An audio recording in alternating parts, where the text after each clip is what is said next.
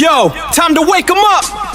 Bonjour et bienvenue sur Discover 360. J'espère que cette chaîne vous plaira. Elle est consacrée à l'intelligence artificielle, au voyage et à la tech.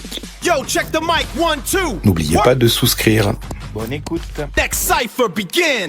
Ah, la sécurité. Pour beaucoup de monde dans la tech, ce mot rime souvent avec contrainte, fardeau ou même ralentissement. Mais si cette perception était complètement à côté de la plaque? Aujourd'hui, on va voir que derrière cette façade, il y a une structure incroyablement logique, qui est conçue pour protéger, pas pour freiner. C'est la grande question, n'est-ce pas? Surtout dans le monde du développement. On a tous eu cette impression que la sécurité, c'est un peu l'obstacle qui se dresse sur la route de la créativité et de la vitesse. Mais est-ce que c'est vraiment ça son rôle?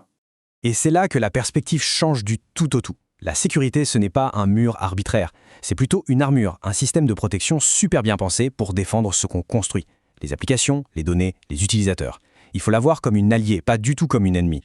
Alors, comment elle est construite cette alliée? On va explorer ça ensemble à travers 3 images qui sont, je trouve, très parlantes. Le bouclier, la forteresse et la loupe. Allez, on commence tout de suite par la première ligne de défense. Notre première métaphore, c'est donc celle du bouclier. L'idée ici, elle est simple, mais elle est fondamentale. Il faut comprendre que chaque règle de sécurité, c'est une réponse directe et ciblée à une menace bien réelle. Et ça, c'est vraiment le point essentiel. Aucune règle de sécurité n'est inventée au hasard juste pour le plaisir. Chacune est une leçon, une cicatrice laissée par une attaque passée, une brèche qui a déjà fait des dégâts quelque part. C'est une défense qui a une histoire, une vraie raison d'être. Prenons 2 exemples que tout le monde connaît. L'injection SQL, où un attaquant essaie de parler directement à la base de données pour voler ou effacer les infos. Et le cross-site scripting, ou XSS, qui se sert d'un site pour piéger ses propres visiteurs. 2 menaces bien réelles et qui peuvent être dévastatrices.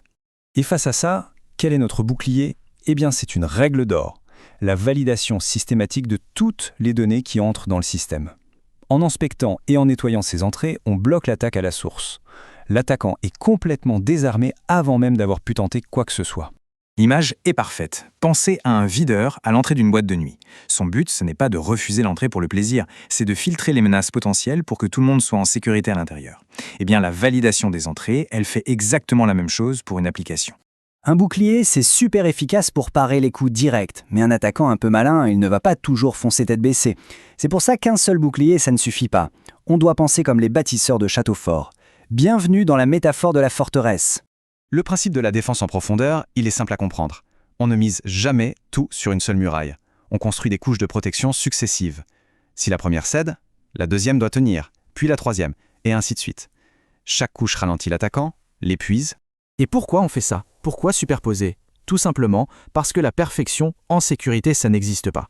Un attaquant qui est déterminé et patient finira presque toujours par trouver un moyen de contourner une défense unique. La vraie robustesse, elle vient de la multiplication des obstacles.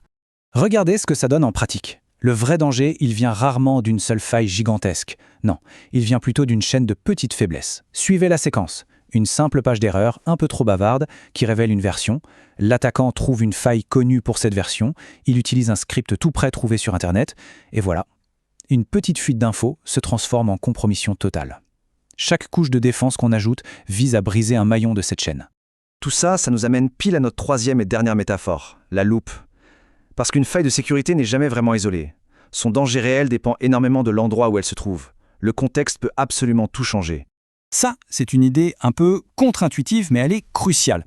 La technique seule ne définit pas le risque. Une même faille, la même ligne de code vulnérable, peut être presque inoffensive dans une situation et devenir une catastrophe absolue dans une autre. Et cet effet loupe, il dépend principalement de 2 choses. D'abord, l'exposition. Est-ce que la faille est cachée au fin fond d'un système interne ou est-ce qu'elle est en première ligne, sur la page de connexion par exemple? Et ensuite, la criticité des données. Est-ce qu'on protège des recettes de cuisine ou des dossiers médicaux? Ça change tout. Prenons un exemple très concret. C'est la même erreur de code, d'accord? Sur une interface d'admin interne, bien protégée par un VPN, le risque est contenu, presque théorique. Mais sur la page de connexion publique, cette même erreur devient une porte d'entrée grande ouverte sur Internet. Le contexte a complètement transformé le niveau de risque. L'analogie du barrage, elle est imparable. Une fissure sur un muret de jardin, bon, c'est un petit souci. La même fissure sur un barrage hydroélectrique, c'est une catastrophe en puissance. La nature du défaut est la même, mais son emplacement transforme totalement le risque. C'est exactement ça l'effet loupe.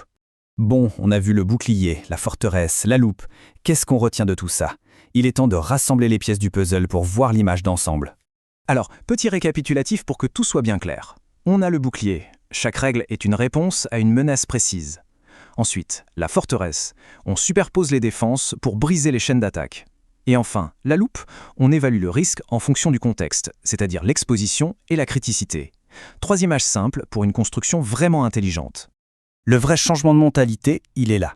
Il faut arrêter de voir la sécurité comme le département du non, celui qui freine les projets. En réalité, la sécurité est un partenaire stratégique qui assure la valeur et la longévité de ce qui est construit avec tant d'efforts. Alors concrètement, comment on applique ça? C'est simple. Lors du prochain sprint de développement, il suffit que se poser ces questions en équipe. Quelle est l'exposition de cette nouvelle fonctionnalité? Quelles données elle protège? Quel scénario d'attaque on peut imaginer? C'est ça, intégrer la sécurité au cœur même de la construction.